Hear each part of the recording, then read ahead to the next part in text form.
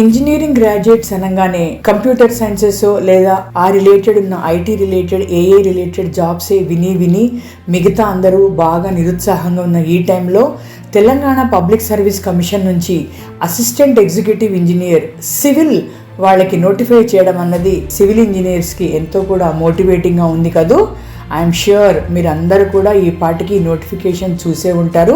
అయినా కూడా ఇంకొకసారి ఈ నోటిఫికేషన్లో ఉన్న ఇంపార్టెంట్ పాయింట్స్ని మనం మళ్ళీ రివ్యూ చేసుకుందాము. ఈ notification Telangana public service commission వాళ్ళు ముఖ్యంగా ట్రాన్స్పోర్ట్, రోడ్స్ అండ్ బిల్డింగ్ ఆ డిపార్ట్మెంట్ కోసం ఇష్యూ చేశారు. నంబర్ ఆఫ్ పోస్ట్ 222 ఉన్నాయి. ఈ అసిస్టెంట్ ఎగ్జిక్యూటివ్ ఇంజనీర్ అనేది మల్టీజోన్ 1 and 2 రెండిట్లో కూడా చూపిస్తున్నారు. మొత్తం 222 పోస్టులు అయితే మల్టీజోన్ 1లో 112 పోస్ట్, అదేవిధంగా మల్టీజోన్ 2లో 110 పోస్ట్ ఉన్నాయి. అంటే ఆల్మోస్ట్ ఈక్వల్గా డిస్ట్రిబ్యూట్ అయినాయి. ఆ రెస్పెక్టివ్ మల్టీజోన్ వాళ్ళకి అక్కడున్న లోకల్ రిజర్వేషన్ వర్తిస్తుందని కూడా మెన్షన్ చేయడం జరిగింది నోటిఫికేషన్లో. ఈ జాబ్కి పే స్కేల్ వచ్చేసి 54,220 నుంచి 1,33,630 అని చూపించడం జరిగింది. మీకు అందరికీ తెలిసినట్టే ఈ గవర్నమెంట్లో పే స్కేల్ అనేది చెప్పబడుతుంది. బేసిక్ అమౌంట్ చూపించిన దాని మీద అలవెన్సెస్ ఉంటాయి, దాంతో యాడ్ అయ్యి ఫస్ట్ శాలరీ వస్తుంది. కాబట్టి ఇది బేసిక్ 54,660 కంటే కూడా ఆల్మోస్ట్ ఒక 10-15% శాలరీ ఎక్కువే వస్తుంది. అయితే ఈ సివిల్ ఇంజనీరింగ్ జాబ్స్కి కావాల్సిన మిగతా అర్హతలు తెలుసుకుందాము. దీనికి తెలంగాణ పబ్లిక్ సర్వీస్ కమిషన్ ప్రస్తుతం ఏజ్ లిమిట్ని 44 years వరకు పెట్టింది. అఫ్కోర్స్ 18 అన్నది మినిమం అనుకోండి, అది గ్రాడ్యుయేట్స్కి అందరికీ వర్తించేదే. అంతేకాకుండా సోషల్ ఎకనామిక్లో సెక్షన్స్కి సపోర్టుగా షెడ్యూల్ కాస్ట్, ట్రైబ్స్, బీసీస్కి అదేవిధంగా ఎకనామికల్ వీకర్ సెక్షన్స్కి ఇంకొక 5 years, ఇంకా పర్సన్స్ విత్ ఛాలెంజ్డ్ ఎబిలిటీకి 10 years కూడా పెట్టడం జరిగింది. అంతేకాకుండా ఆల్రెడీ గవర్నమెంట్ ఎంప్లాయీస్ ఉన్న వాళ్ళకు కూడా 5 years, ఎక్స్ సర్వీస్ మెన్కి కూడా 5 years, అండ్ ఇంకెవరైనా ఎన్సీసీ ఇన్స్ట్రక్టర్స్గా కనుక ఆల్రెడీ పనిచేస్తున్నట్లయితే వాళ్ళకు కూడా 3 years ఎక్స్ట్రాగా ఏజ్ రిలాక్సేషన్ ఇవ్వడం జరిగింది.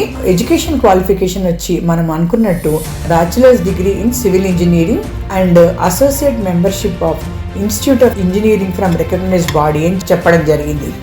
ఈ అప్లికేషన్ విండో వచ్చేసి 6th June రేపు ఓపెన్ అవుతుంది. ఈ applying last date July 13th evening 5 PM అని కూడా చెప్పడం జరిగింది. అయితే ఈ అప్లికేషన్ మనము చేసుకునే ముందు ముఖ్యంగా ఓటీఆర్ అనేది ఆల్రెడీ మనము రిజిస్టర్ అయి ఉండాలి తెలంగాణ పబ్లిక్ సర్వీస్ కమిషన్లో. 1 time రిజిస్ట్రేషన్ కనుక చేసుకోకపోయినట్లయితే మీరు అది చేసుకోవాలి. ఎందుకంటే ఇప్పుడు మనము ఈ అప్లికేషన్ని మన ఓటీఆర్ ద్వారానే లాగిన్ అవ్వగలము. అంతేకాకుండా అప్లికేషన్ అంతా కూడా ఆన్లైన్లోనే చేయాలి, ఆఫ్లైన్లో చేయడం అనేది ఉండదు. కాబట్టి ఎవరైతే ఆన్లైన్ 1 time రిజిస్ట్రేషన్ చేసుకోలేదో వాళ్ళు కూడా ఇమ్మీడియట్గా చేసుకోగలరు. రిటర్న్ ఎగ్జామ్ అనేది అక్టోబర్లో ఉంటుందని ఇండికేట్ చేశారు. ఇంకా మిగతా వివరాలు like date and other issues రాలేదు. ఎగ్జామ్ ప్యాటర్న్ వచ్చేటప్పటికి ఇది టెక్నికల్ డిపార్ట్మెంట్, టెక్నికల్ జాబ్ కాబట్టి సివిల్ ఇంజనీరింగ్లో పేపర్ 2 అనేది ఉంటుంది, అంటే ఒక పేపర్ ఉంటుంది. అంతేకాకుండా ఒక జనరల్ స్టడీస్కి కూడా ఒక పేపర్ కేటాయించడం జరిగింది. సో 2 papers ఉంటాయి ఎగ్జామ్లో. Paper 1 general studies, paper 2 civil engineering. Paper 1కి 150 marks అయితే టెక్నికల్ సబ్జెక్ట్కి వెయిటేజ్ ఎక్కువ ఇవ్వడం జరిగింది, 300 marks. So total combined score వచ్చేసి 450 marksకి ఎగ్జామ్ ఉంటుంది. ఈ ఎగ్జామ్ ఎక్కడ ఉంటుందన్నది కూడా నోటిఫికేషన్లో మెన్షన్ చేయడం జరిగింది.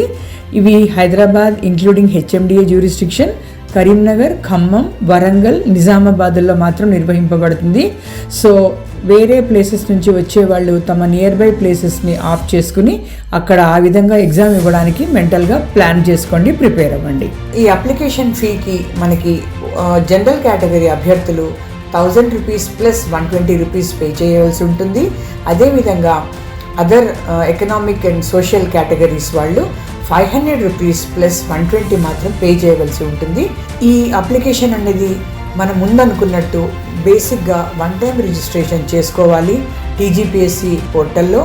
అది గనక చేసుకోకపోయినట్లయితే ఇమ్మీడియట్గా ఈ July 13th లోపల మీరు కంప్లీట్ చేసేసుకొని ఆన్లైన్ రిజిస్ట్రేషన్ని మీరు అప్లికేషన్ని మిస్ అవ్వకుండా చూసుకోండి.